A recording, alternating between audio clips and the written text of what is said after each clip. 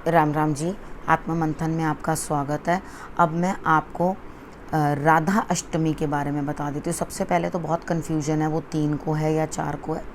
4 तारीख को अष्टमी जो है उद्या पे मिल रही है, इसलिए उसी दिन व्रत रखा जाएगा 4 तारीख को, और उसी दिन राधा अष्टमी जो है की जाएगी। अब राधा अष्टमी क्यों की जाती है? इसी दिन तो इनका जन्म हुआ था, ठीक है। इनका जन्म हुआ था, इनके माता पिता ने इनको बड़े लाडों से पाला, ठीक है। और उसके बाद इनका विवाह किसी और से हो गया, लेकिन ये मन में रमी रहे कृष्ण भगवान के। अब आपने इनके जन्मदिन पे क्या करना है? ये बहुत प्रिय हैं कृष्ण भगवान की। रीज़न क्या है? अब मिले नहीं, बचपन में थे एक दूसरे के साथ, छोटी उम्र में थे, लेकिन वो उनसे उम्र में बड़ी भी थी, राधा रानी उनसे उम्र में बड़ी भी थी। तो एक दफ़ा क्या हुआ, मतलब उनका प्रभाव बताती हूँ कि किस तरह से उनके जीवन के अंदर उनका प्रभाव था।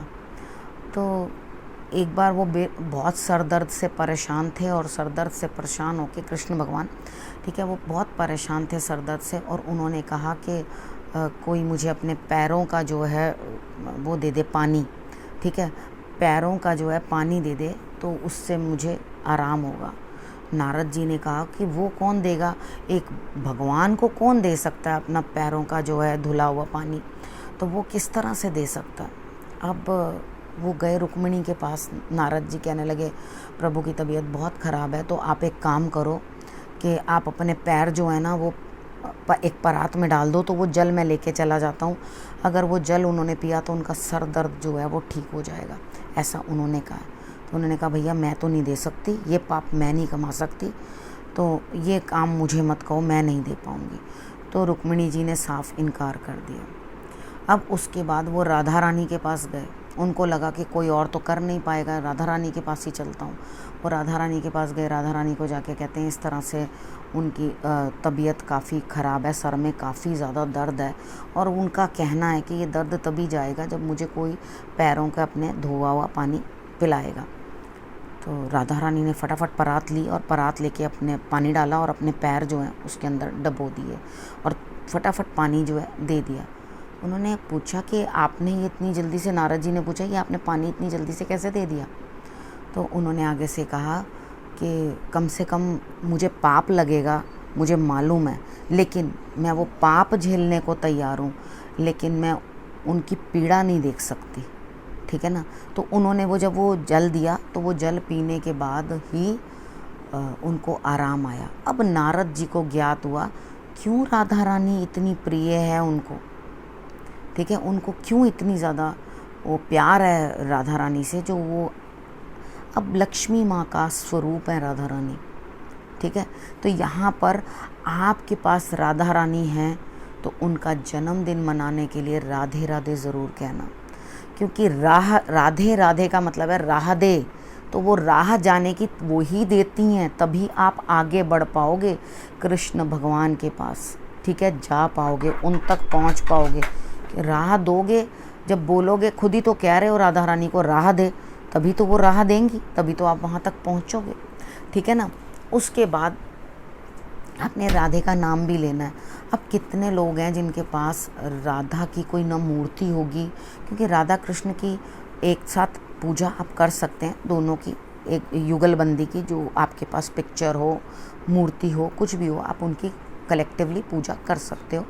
अगर आपके पास नहीं है, वो चीज़ भी मैं बता देती हूँ, तो आप क्या करें, आपके पास लड्डू गोपाल है ना, उनको आप पूरा राधा रानी का जो है बिल्कुल तैयार वैसे कर दें जैसे आपने राधा रानी को तैयार किया।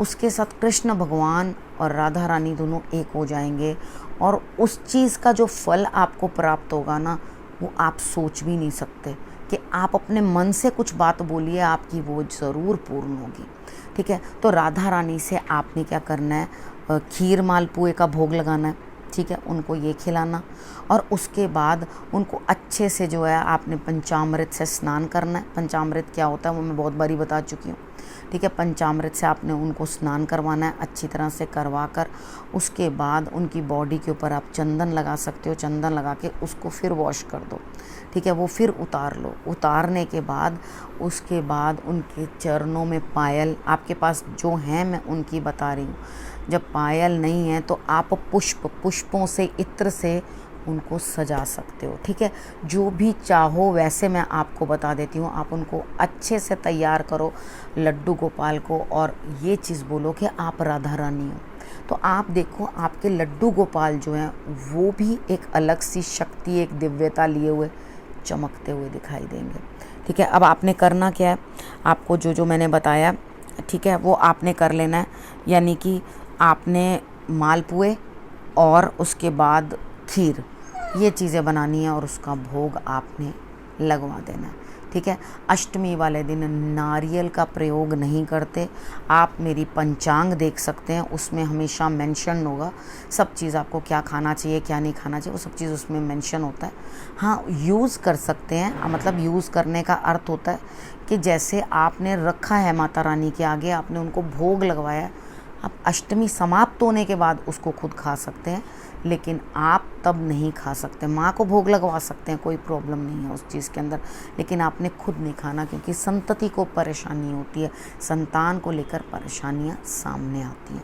ठीक है, अब उसके बाद आपको मैंने सारा समझा दिया राधा रानी के लिए आपने क्या क्या करना है।